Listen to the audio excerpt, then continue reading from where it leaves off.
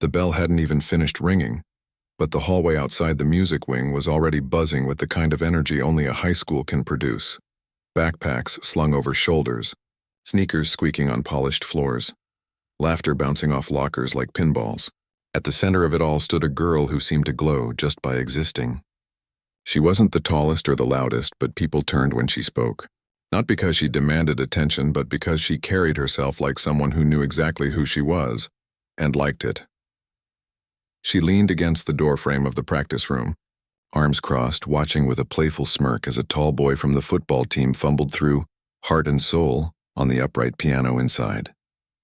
His fingers hovered awkwardly over the keys, hitting wrong notes with the confidence of someone who thought effort counted more than accuracy. The piano was old, its finish scratched, one pedal squeaking, but it still held its tune well enough for school rehearsals. "You call that playing?" She teased, her voice light but sharp enough to cut through the noise. A few friends gathered behind her, grinning, waiting for the punchline they knew was coming. The boy stopped, cheeks reddening. "Hey, I'm trying." Not all of us were born with perfect pitch. She pushed off the doorframe and stepped inside, her sneakers silent on the worn carpet. She walked around the piano like a cat circling a sunbeam, then perched on the edge of the bench close enough that their shoulders almost touched. "Okay, fine," she said, her eyes sparkling. "Play something real, something that actually moves people. Make me feel it."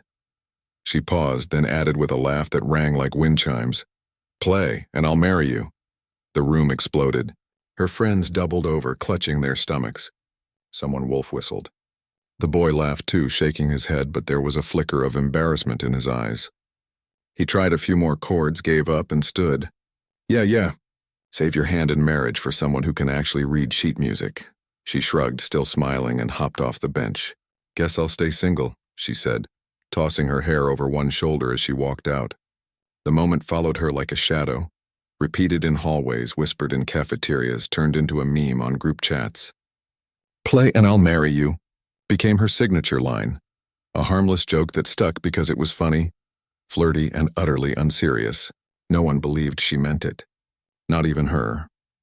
What no one noticed, what no one ever noticed, was the man standing just outside the practice room door, broom in hand, trash bag slung over his shoulder like a second skin.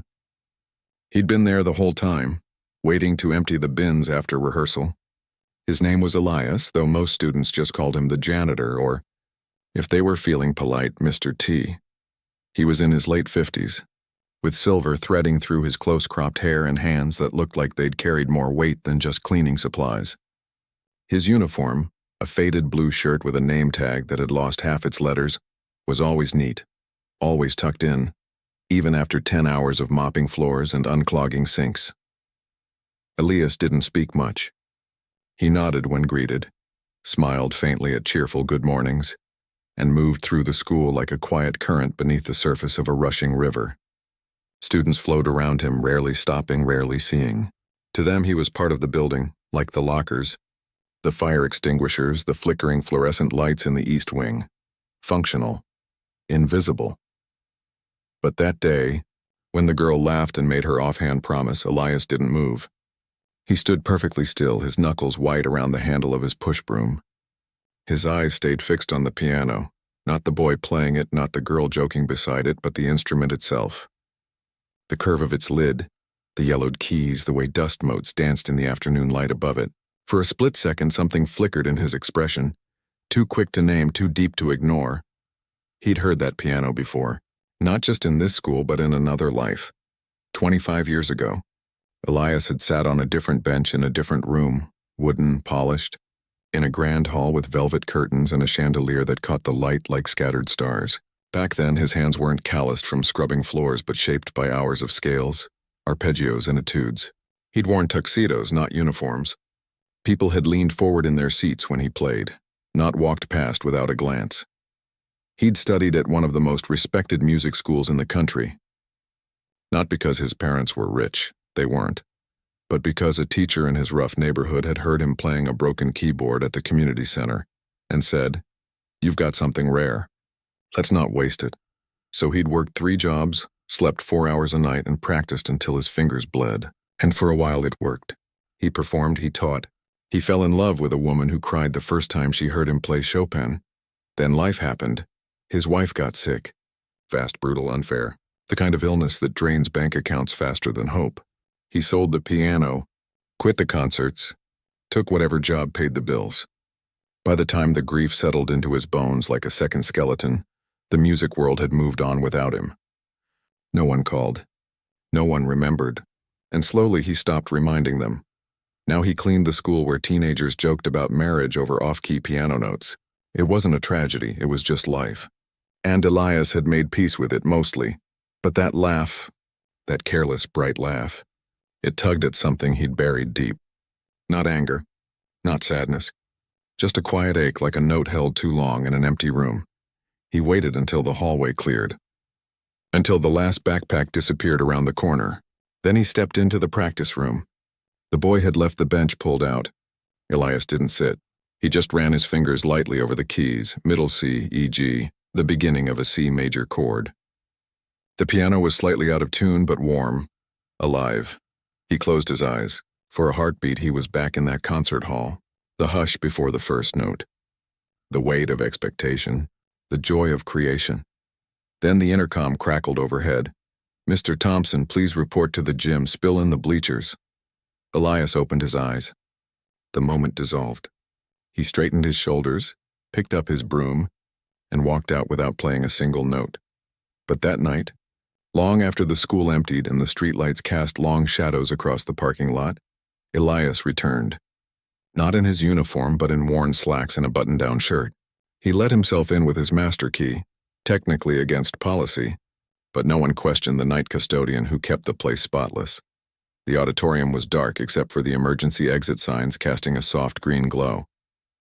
He walked to the grand piano on stage, the school's pride donated by a wealthy alum, rarely played because it's too nice for students. Elias lifted the fallboard. The keys gleamed under the dim light. He sat, and then he played. Not the flashy pieces he used to perform for crowds.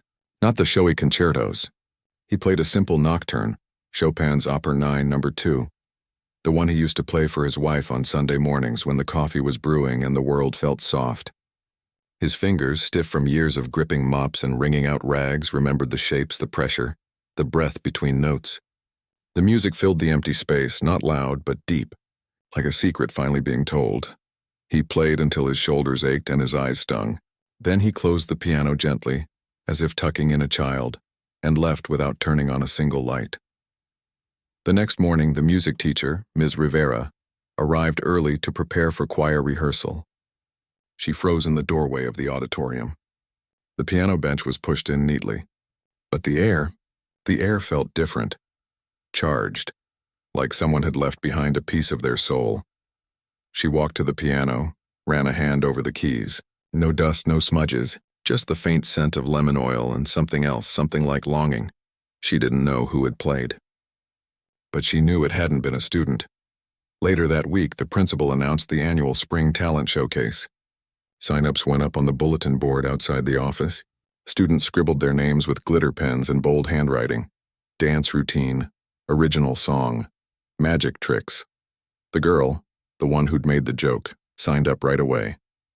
Vocal solo, she wrote, underlining it twice. She'd been singing since she could talk, and this was her chance to shine. Not that she needed it, she already did. But it felt good to be seen. Elias watched the sign-up sheet from a distance as he wiped down the glass case nearby. He saw her name, saw the confidence in her penmanship, saw the way she laughed with her friends afterward, tossing her hair like a banner. He almost walked away. But then he remembered the piano in the dark, the way his hands had remembered what his mind had tried to forget.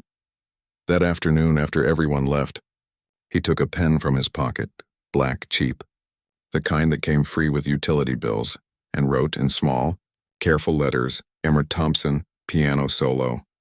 He didn't add a song title, didn't need to. When Ms. Rivera saw the name, she paused. She knew that handwriting. She'd seen it on maintenance requests, on notes about leaky faucets and broken chairs. She looked up, scanning the hallway. Elias was mopping the science wing, back turned, shoulders hunched over the handle like he was carrying the weight of the building. She didn't say anything, just circled his name with a red pen and added it to the program. The girl didn't notice the new name on the list. Why would she? Janitors didn't perform in talent shows. That wasn't how the world worked. But Elias knew better, because sometimes the world surprises you, and sometimes all it takes is one note played true, played honest, to change everything. For now, though, life went on as usual. The girl rehearsed her song in the practice room, belting out lyrics about love and dreams. Elias swept floors, fixed toilets, and restocked paper towels. The piano sat silent in the auditorium, waiting.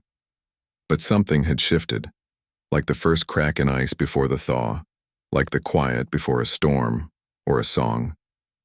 The flyers for the spring talent showcase went up all over school, taped to lockers, pinned to bulletin boards, even stuck to the back of bathroom stall doors. Bright colors, bold letters, show us what you've got. Most students barely glanced at them. But for some, those flyers felt like a door opening. The girl who joked about marriage over piano notes, she saw the flyer as a stage waiting for her spotlight. She'd been singing since she was 6, first in church choirs, then in talent shows, then on her phone, posting covers that got hundreds of likes. She wasn't just good. She was the kind of good that made people stop scrolling. Her voice had this warmth to it, like honey stirred into tea, smooth, sweet, with just enough edge to keep you listening. She picked her song carefully. Not something trendy, not something overplayed. She chose a ballad, slow, emotional, the kind that builds from a whisper to a roar. She practiced every day after school in the music room, standing in front of the mirror, watching how her face moved with the lyrics, how her hands gestured like she was holding something fragile. Her friends came by sometimes, leaning against the doorframe, singing along off-key just to make her laugh. "You're gonna kill it," they'd say. And she believed them. She didn't think much about who else was signing up. Not really. She figured it'd be the usual crowd. The dance crew, the drama kids doing monologues, maybe someone attempting stand-up comedy that would mostly fall flat. She didn't expect anything or anyone that would steal her thunder. Meanwhile, in the custodian's closet down the hall, Elias sat on an overturned bucket during his break, sipping lukewarm coffee from a dented thermos. The sign-up sheet haunted him. Not in a bad way, more like a pebble in his shoe, small but impossible to ignore. He kept replaying that night in the auditorium, the way his fingers had found their old rhythm, the way the music had risen like smoke from a long, cold fire. But performing in front of people, that was different. That meant eyes on him, judgments, expectations. He hadn't played for an audience in over 2 decades. What if his hands froze? What if he forgot the notes? What if they laughed? He shook his head and took another sip. "You're being foolish," he muttered to himself. "You're a janitor, not a concert pianist." Still, he didn't cross his name off the list. A few days later, Ms. Rivera, the music teacher, found him wiping down the piano in the practice room. She didn't say anything at first, just watched as he carefully dusted around the keys with a soft cloth, the way someone might clean a family heirloom. "You play, don't you?" she asked finally, her voice gentle. Elias didn't look up. "Used to." "Used to isn't the same as can't," he paused. Then quietly, "People change. Music doesn't," she said. "It waits. Even when we walk away, it's still there, ready to welcome us back." He glanced at her then. She wasn't young, maybe mid-40s, with tired eyes and a voice that had taught thousands of off-key teenagers to find their pitch. But there was kindness in her gaze. Not pity, respect. "I don't have anything fancy to play," he said. "No flashy tricks, just what I know." "That's all anyone ever needs," she replied. "Truth, feeling, the rest is noise." She left him to his work, but the conversation stayed with him. That night, instead of going straight home after his shift, he stayed late again. This time he didn't sneak in. He asked Ms. Rivera if he could use the auditorium piano for a few minutes. She handed him the key without hesitation. He played for an hour. Not for an audience. Not even for himself, really. He played for the memory of his wife, who used to sit in the front row, eyes closed, tears slipping down her cheeks during the quiet parts.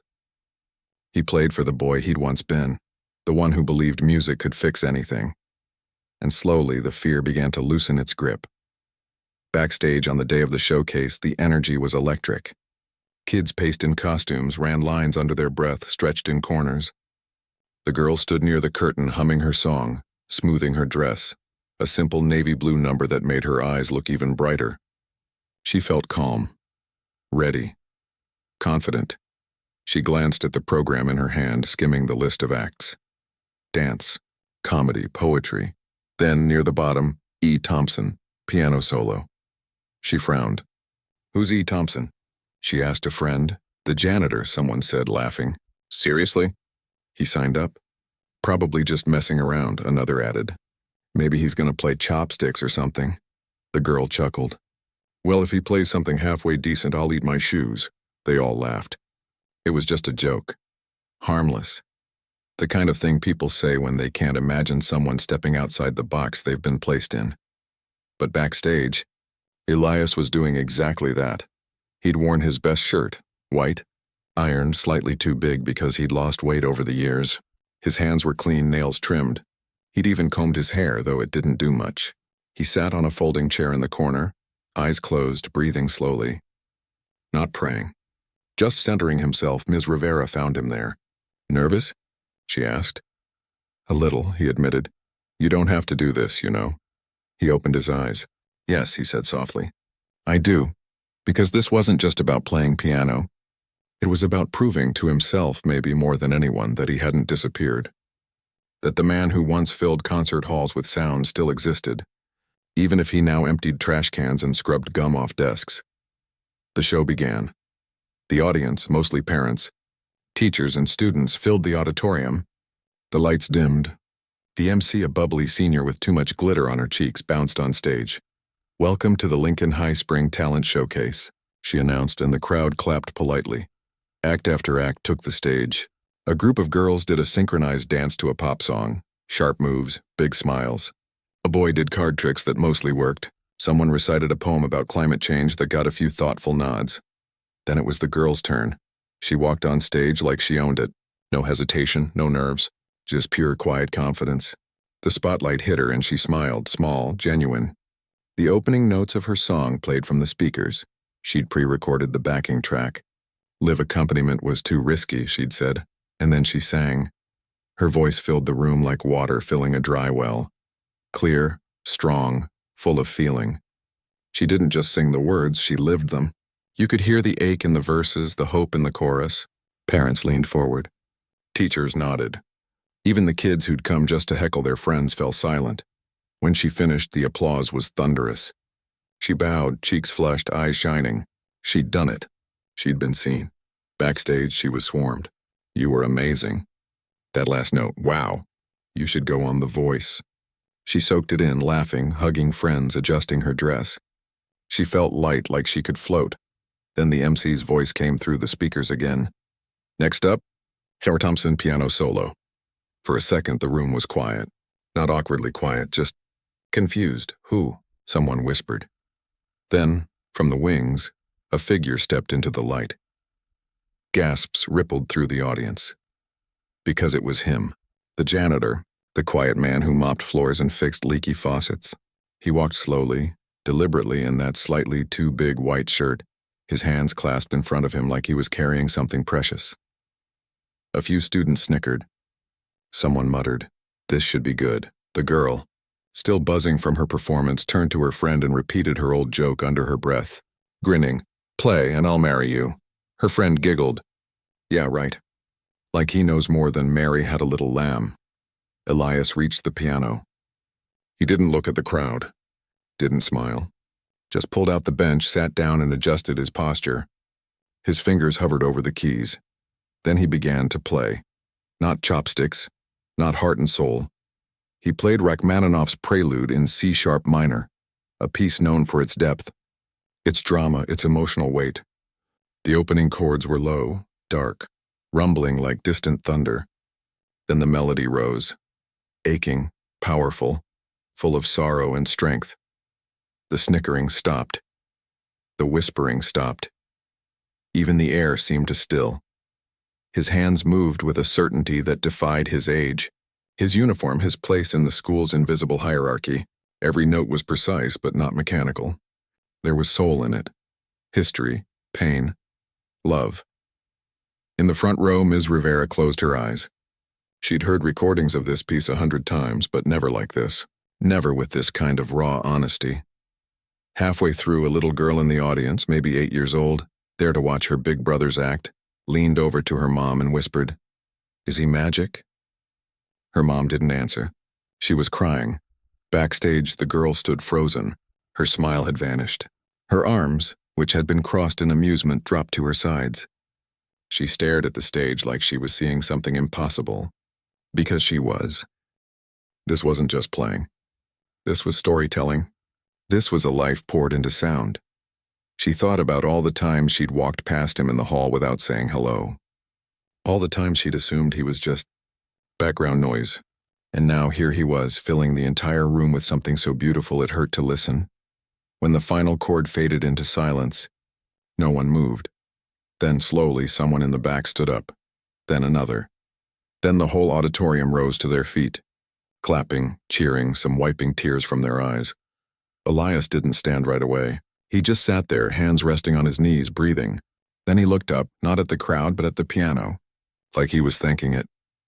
Finally he stood, gave a small bow and walked off stage as quietly as he'd come. The girl didn't clap at first. She just stood there, heart pounding, mind racing. She'd made a joke. A silly, thoughtless joke. And now it felt like it had weight. Like it had been a stone she'd tossed without thinking, only to realize it had landed in deep water. Back in the hallway after the show, students buzzed with excitement. "Did you see that?" "I had no idea. He's like a secret genius." The girl didn't join in. She slipped away, walking toward the auditorium. She found him near the stage door, gathering his things, just a thermos, a worn notebook, nothing fancy. He saw her coming and paused.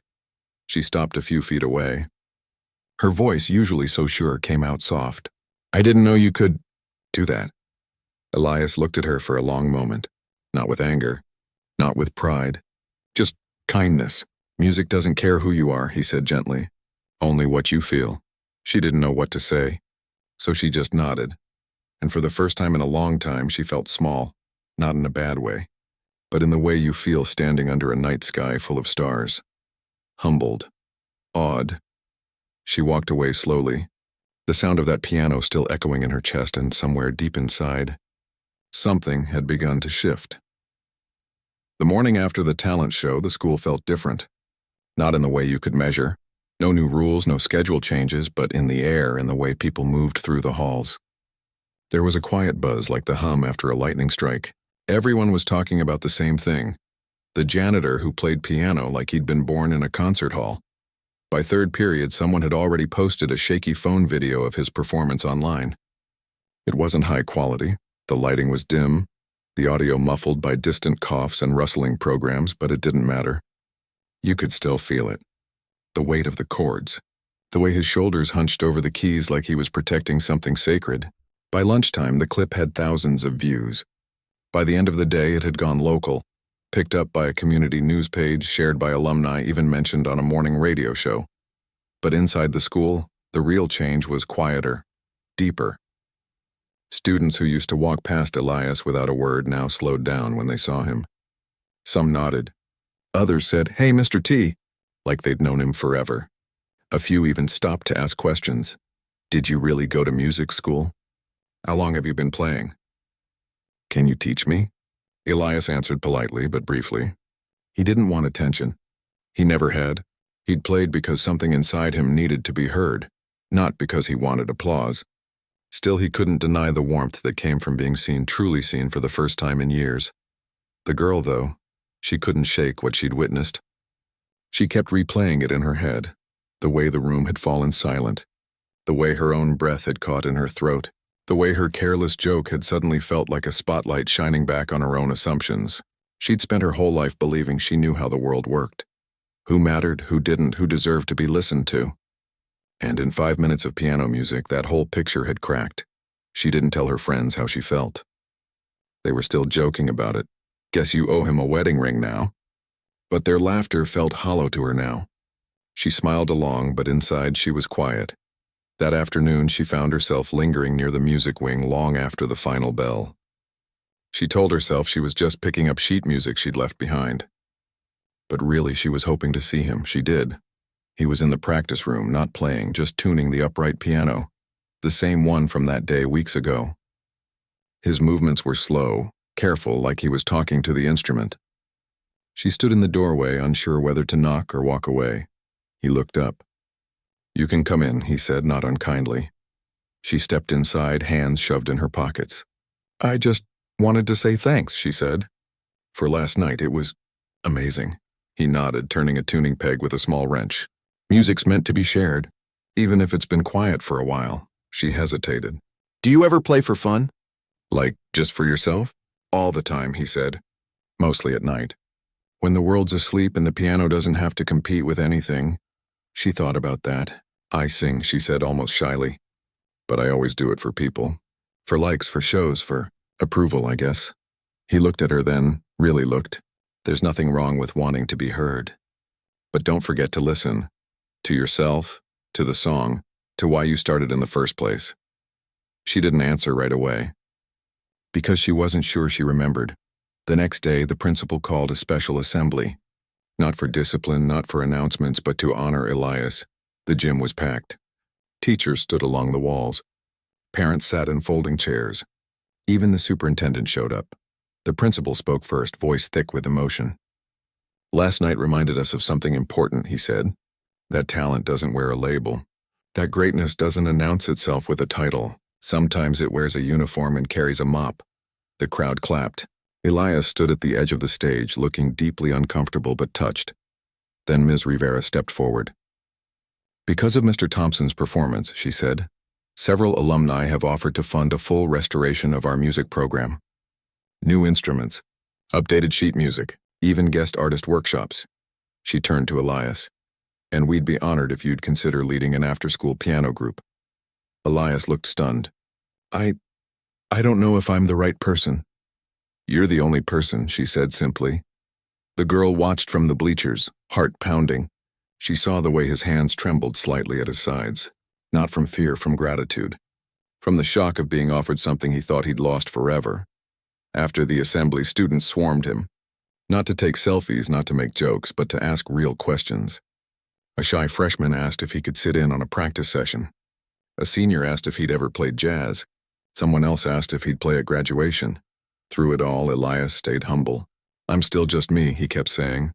Same hands, same heart, but the girl noticed something else. The way his eyes lit up when a student mentioned a composer he loved. The way he straightened his posture when talking about scales and timing. He wasn't just a custodian anymore. He was a teacher, an artist. A person with a story worth hearing. That weekend, the local paper ran a feature. The janitor who stole the show. There was a photo of him at the piano, head bowed, fingers on the keys. The article told his story, briefly, respectfully, mentioning his early training, his years away from music, and his quiet return. It didn't sensationalize. It didn't make him a saint. It just said, "Here's a man who never stopped loving music, even when life tried to take it away." The girl read it 3 times. On Monday, she walked into school with a new purpose. She signed up for the after-school music volunteer program at the community center downtown, the same one Elias used to teach at years ago, before funding cuts shut it down. She didn't tell anyone why. She just showed up, ready to help kids with their singing, their confidence, their joy in making noise that meant something. The first day, she met a little boy who couldn't carry a tune, but loved to bang on the old keyboard in the corner. "I'm bad at it," he mumbled, cheeks red. "No one's bad at trying," she said, sitting beside him. "Let's just play something fun." And as she helped him find the notes to Twinkle, Twinkle, she thought of Elias, how he'd probably done the same thing years ago with kids just like this one, how he'd given them space to be messy, to be loud, to be themselves. Back at school, things kept changing. Elias started the piano group. Only 5 students showed up the first week, mostly curious, a little nervous. But he didn't pressure them. He just played a simple melody and said, "Follow me." Don't worry about being perfect. Just be honest. By the 3rd week, there were 12. The girl didn't join the group. She didn't play piano, but she started staying late to listen.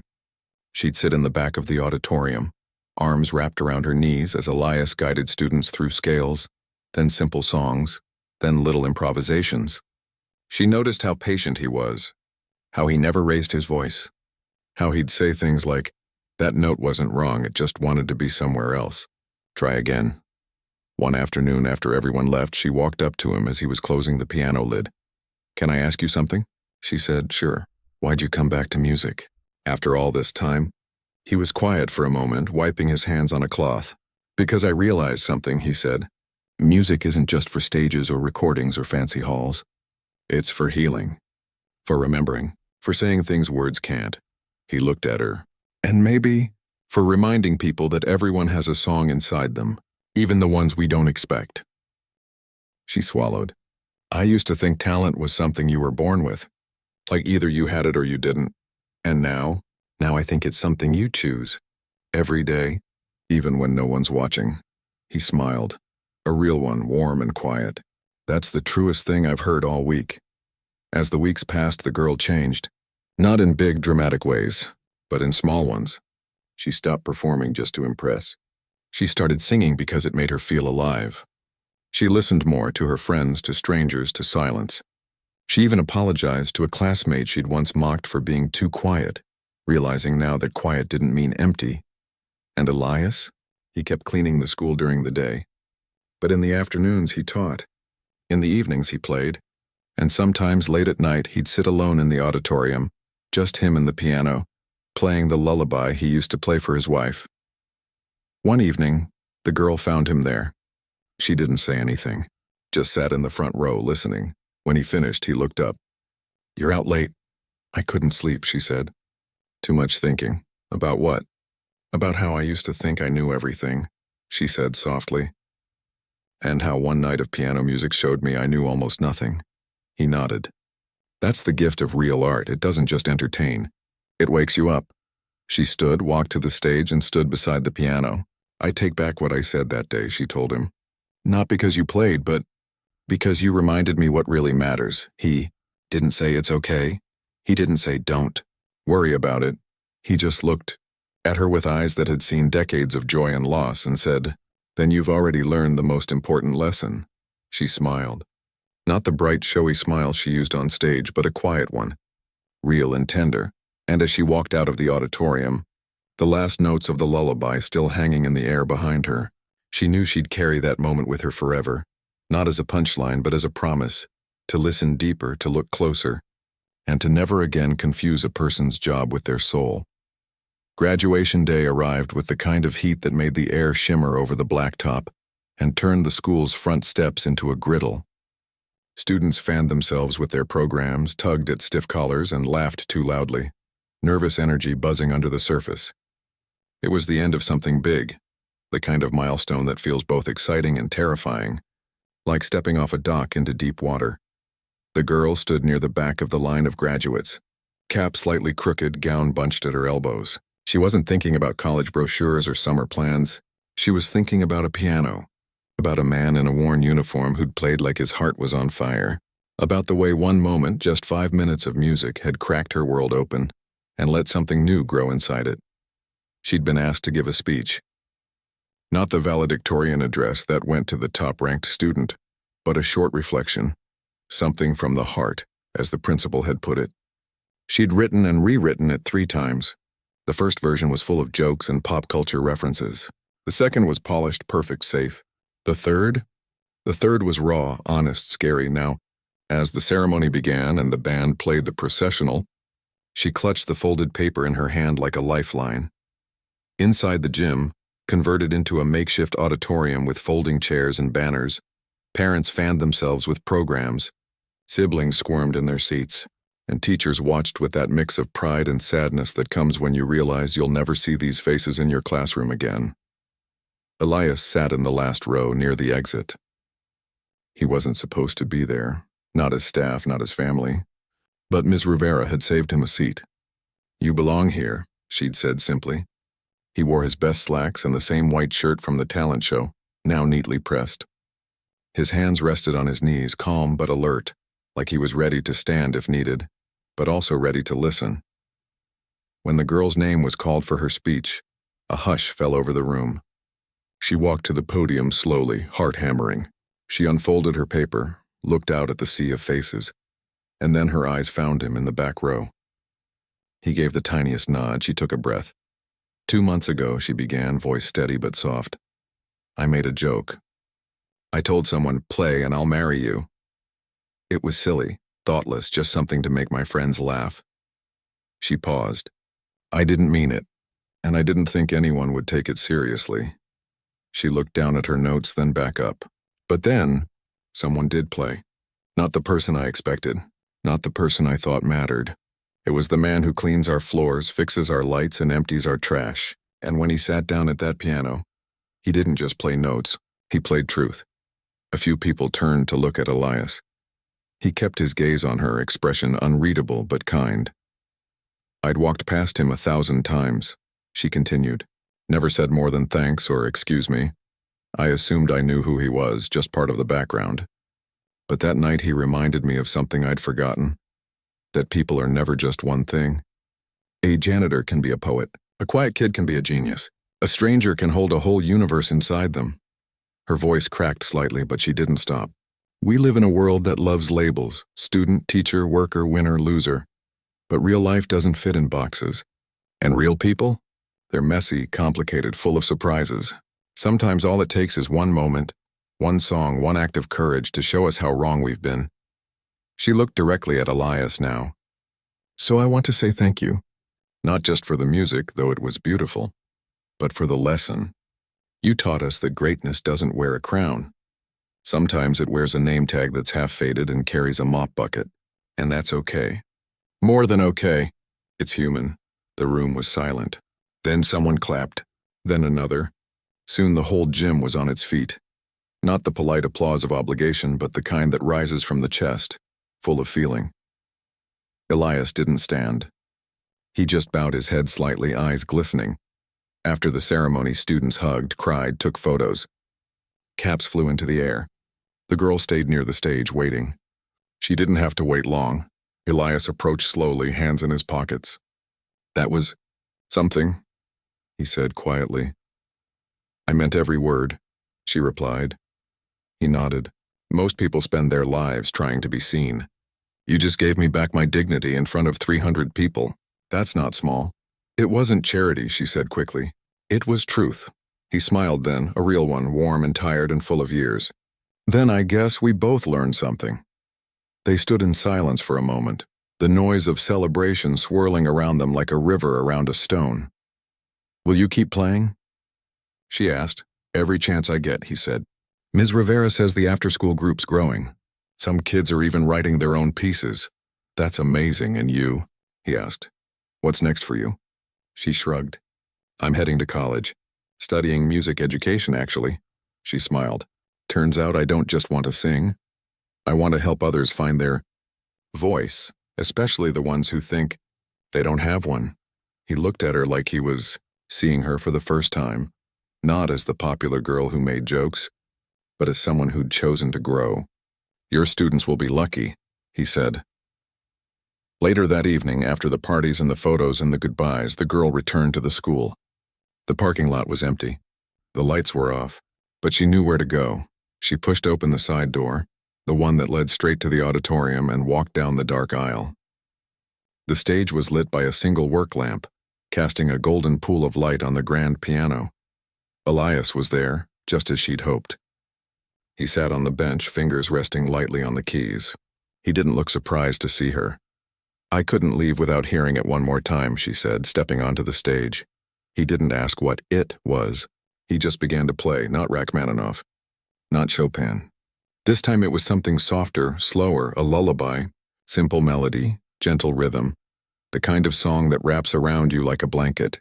She recognized it from the night she'd stayed late to listen, the one he played for his wife. She sat on the edge of the stage, legs dangling, and closed her eyes. The music filled the space, not loud, not showy, just present. It's like a hand on your shoulder when you're sad, like someone saying, I'm here. When he finished, the last note hung in the air like a breath held too long. She opened her eyes. What's it called? It doesn't have a name, he said. I just made it up for her. Years ago, she used to say it sounded like home. The girl swallowed. It still does. He closed the piano lid gently, like tucking in a child. You know, he said, standing, you don't need to marry someone because they play piano. She laughed softly. I know. But you should marry the part of yourself that's willing to change, he added. That's the rarest kind of love. She stood, brushing dust from her gown. I think I'm starting to. They walked out together side by side, not speaking. The sun was setting, painting the sky in oranges and purples. Crickets had started their evening song. Somewhere down the street, a dog barked. At the edge of the parking lot, they stopped. "This is where I go left," she said. "And I go right," he replied. For a moment, neither moved. Then she reached into her pocket and pulled out a small notebook, the one she'd used to write lyrics all year. She tore out a blank page, wrote something quickly, and handed it to him. He unfolded it. On it, in neat handwriting, she'd written, "Thank you for reminding me that everyone has a song." A student who finally learned to listen. He folded it carefully and tucked it into his shirt pocket, over his heart. "Take care of yourself," he said. "You too," she replied. And then she turned and walked toward her future, the sound of that lullaby still echoing in her bones. Elias watched her go. Then he turned the other way, hands in his pockets, whistling a soft tune under his breath. Part memory, part hope, all his own. In the weeks that followed, life moved on, as it always does. The girl packed her bags, said her goodbyes, and left for college. Elias kept cleaning the school during the day and teaching piano in the afternoons. The music program grew. Donations poured in. Not just money, but instruments, books, even an old upright piano for the community center. But something had shifted in the air of that school. Students held doors for custodians. Teachers made a point to learn the names of every staff member. A new tradition started. At the end of each talent show, someone would play a short piece on the piano, just to honor the man who'd reminded them that music lives everywhere, even in the quietest corners, and sometimes late at night. If you passed by the school and the windows were open, you could still hear it, the soft, steady sound of a piano playing not for fame, not for praise, but for the simple human joy of making something beautiful in a world that often forgets how. The girl never married anyone that year, but she did make a promise to herself, to the people she'd meet, to the art she loved. She promised to listen more than she spoke, to look beyond the surface, to believe that everyone, no matter their job, their age, their silence, carries a song worth hearing, and in the end, that was the truest kind of love story, not the one about a joke and a piano bench, but the one about a heart that chose to open when it could have stayed closed. Because sometimes, the most powerful music isn't the loudest, it's the quiet note that changes everything. Years passed, as they always do, quietly at first, then all at once. Seasons cycled, leaves fell and bloomed again. The school got a new roof, new computers, even a renovated music wing with soundproof practice rooms and a digital keyboard lab. But one thing stayed the same. The grand piano in the auditorium, still slightly out of tune in the lower register, still bearing the faint scratch on its lid from a dropped music stand long ago. And every Tuesday and Thursday afternoon, the same man sat at it, guiding students through scales, chords, and the occasional clumsy rendition of Für Elise. Elias was older now, his hair fully silver, his steps a little slower, but his hands still moved with that same quiet certainty over the keys.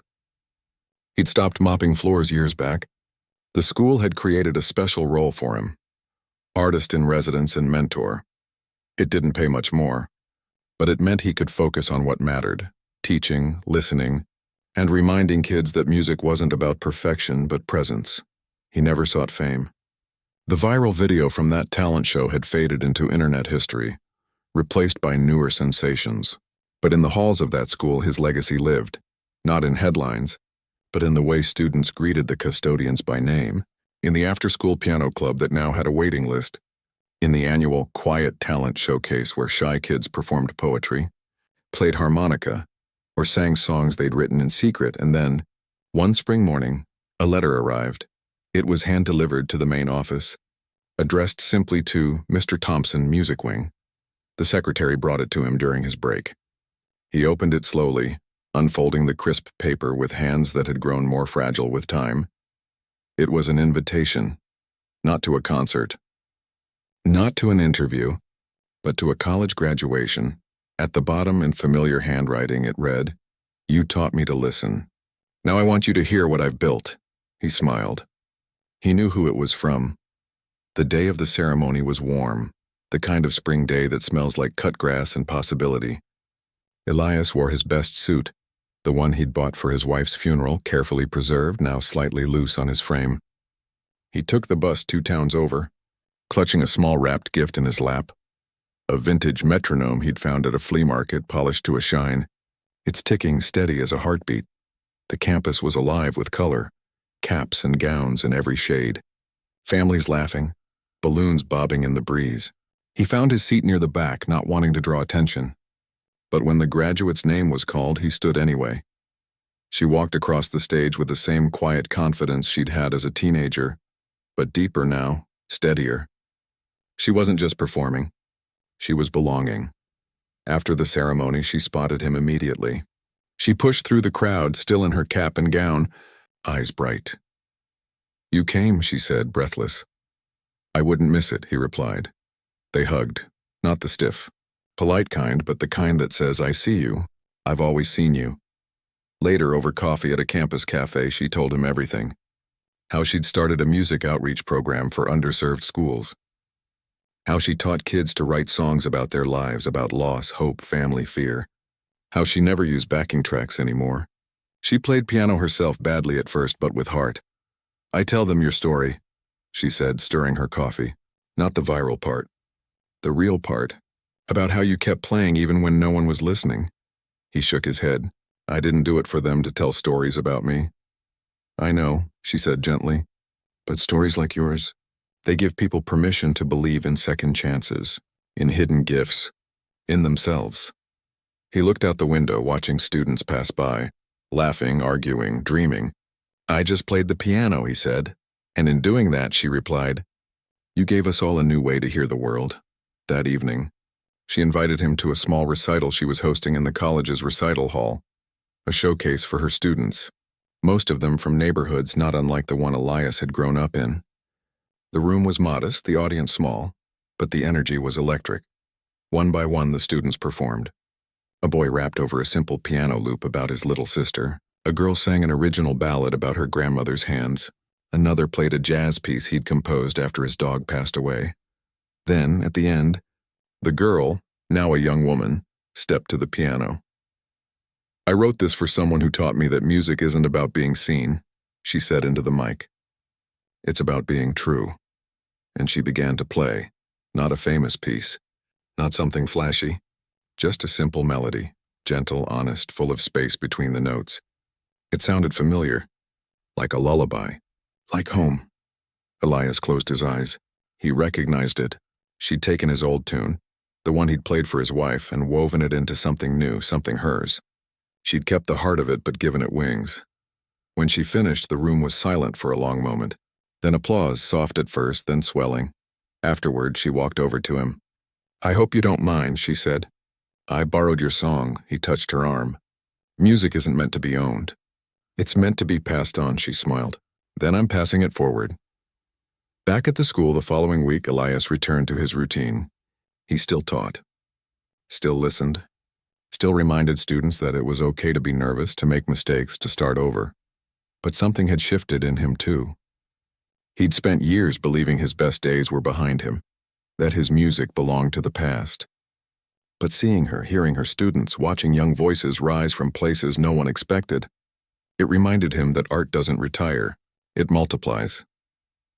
One afternoon, a new student, a quiet boy with scuffed shoes and eyes that darted away when spoken to, lingered after class. "Can I ask you something?" he mumbled. "Of course," Elias said. "My dad says music won't pay the bills, that I should focus on math or coding." He looked down. "But I love playing. Even if I'm not good." Elias didn't offer empty praise.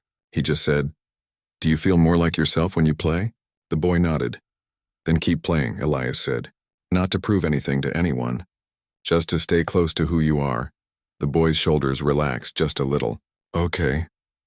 As the boy walked away, Elias sat at the piano and played a few notes just to feel the wood under his fingers, the vibration in his chest. Outside, the bell rang. Students poured into the hallway, laughing, shouting, living. He didn't need to be famous. He didn't need a spotlight. He just needed this, the chance to sit at a piano, to share a moment of truth, to remind one more person that their voice matters. Years later, long after Elias had retired, though he still came by to play on special occasions, The school unveiled a small plaque near the auditorium doors. It didn't say, "In honor of a great musician." It said simply, "For those who listen closely, music is everywhere, even in the quietest hands." And every spring during the talent show, the final act was always the same. A student would sit at the piano and play that lullaby, the one Elias had played for his wife, the one the girl had reimagined, the one that now belonged to all of them. No one called it by a fancy name. They just called it the quiet song, because sometimes the softest notes leave the deepest echoes. The girl, now a teacher, a mentor, a creator in her own right, visited Elias often. Not out of obligation, but because she'd learned that the people who change your life don't always arrive with fanfare. Sometimes they come with a mop bucket and a heart full of music no one knew was there. And on the days when the world felt too loud, too harsh, too certain of who matters and who doesn't, she'd sit at her own piano, play that simple melody, and remember, she never married anyone because they played piano. But she did build a life rooted in the lesson that moment taught her. That dignity lives in every person, that talent wears many uniforms, and that the most powerful promises aren't made in jokes but in the quiet choice to see someone fully, and to let them change you. Elias never asked for thanks. But if he had, she would have told him this, that because of him she learned to listen, not just to music but to people, to silence, to her own heart, and in a world that often shouts, that kind of listening is the rarest gift of all. So the story didn't end with a wedding or a trophy or a headline. It ended the way the best stories do, with ordinary people choosing kindness, curiosity, and courage one quiet note at a time, and somewhere, in a school not so different from yours, a janitor might be humming a tune while mopping the floor, and a student might walk past, not noticing, but if they stopped, if they really listened, they might just hear a symphony. There was no grand plan, no dramatic twist waiting in the wings. Life, as it often does, just kept unfolding, one ordinary day after another, stitched together by small choices and quiet moments. But sometimes in the stillness between those days something shifts, not with a bang but with a breath, a decision, a door left open. Years had passed since the talent show, since the girl walked across the graduation stage, since Elias stopped mopping floors and started teaching full-time. The school had changed. New paint, new lockers, even a digital sign out front that blinked with announcements. But the heart of it remained, especially in the music wing where the old grand piano still stood, now lovingly maintained, its keys worn smooth by countless hands. Elias was retired now, officially. He didn't come every day, but he came often, on Tuesdays mostly when the after-school piano group met. The students called him Mr. T, not out of habit but respect. They knew his story not from viral videos, those had long vanished into the internet's deep archive, but from the teachers who'd been there, from the older students who passed it down like a secret worth keeping. He'd slowed with age. His hands sometimes trembled. He couldn't play Rachmaninoff anymore, the chords were too heavy, the stretches too wide. But he could still play the lullaby, the one without a name, the one that sounded like home, and that was enough. One rainy Tuesday in early spring, he arrived later than usual. His coat was damp, his shoes muddy from the puddles outside. The students were already gathered waiting, not impatiently, just quietly, like they knew some things are worth waiting for. He nodded to them, hung his coat, and sat at the piano. He didn't speak right away, just placed his hands on the keys, closed his eyes, and began. The lullaby filled the room, soft, steady, full of space. The students didn't play along. They just listened, because they'd learned that listening was part of the music too. Afterward, a new student, a girl with braids and nervous fingers, raised her hand. "Why do you always play that one?" she asked. Elias opened his eyes. "Because it's honest," he said. "It doesn't try to impress. It just says I'm here. I care." She thought about that. "My grandma used to sing something like that when I couldn't sleep." "Then you already know it," he said gently. "Music isn't just notes. It's memory. It's love. It's the sound of someone saying you're not alone." The girl smiled. And for the first time that semester, she sat up straighter. Later that week, the young woman, the one who'd once made the joke about marriage, visited the school. She'd driven 2 hours after finishing a workshop at a nearby community center. She wasn't famous. She didn't have a record deal or 1 million followers, but she had a van full of donated instruments, a notebook full of lesson plans, and a heart that still carried that old lullaby in its rhythm. She found Elias in the practice room, tuning the upright piano, the same one from all those years ago. "You look tired," she said, leaning in the doorway. "I am," he admitted, not looking up. "But it's a good tired." She stepped inside. "I brought something for the program." She opened her bag and pulled out a small keyboard. Lightweight, durable, perfect for beginners. For the kids who can't reach the pedals yet. He finally looked at her. "You didn't have to." "I know," she said. "But I wanted to." They sat in comfortable silence for a while, the kind that only exists between people who've shared something real. "Do you ever wonder," she asked softly, "if that night changed anything beyond us?" He considered it. "I don't think in big terms," he said. "I think in moments. A student who plays for the first time without fear. A parent who hears their child's song and cries. A kid who realizes they matter because someone listened. Those are the changes that last," she nodded. "I used to want to change the world," she said. "Now I just want to show up for the people in front of me." "That's how you change the world," he said simply. The next month, the school announced a special event. An evening of quiet music. No competitions, no judges. Just students sharing pieces they'd written or learned, songs that meant something to them. The flyer said all voices welcome, especially the ones that whisper. Elias was asked to play the closing piece. He almost said no. But then he remembered the girl with the braids, the boy who wrote a song for his dog, the teenager who played piano with one hand because the other was in a cast. They'd all found their way to music not for glory, but for truth. So he said yes. The night of the event, the auditorium was full, not with parents and press, but with students, teachers, custodians, even the lunch staff. People brought folding chairs from home. Someone set up fairy lights along the stage. It felt less like a performance, more like a gathering. One by one, students took the stage. A shy boy played a blues riff he'd learned from his uncle. 2 girls sang a harmony they'd written about friendship. A senior played a piece he'd composed for his little brother, who'd just started chemotherapy. Then it was Elias's turn. He walked slowly to the piano, leaning lightly on a cane he rarely used. The room fell silent, not out of obligation but reverence.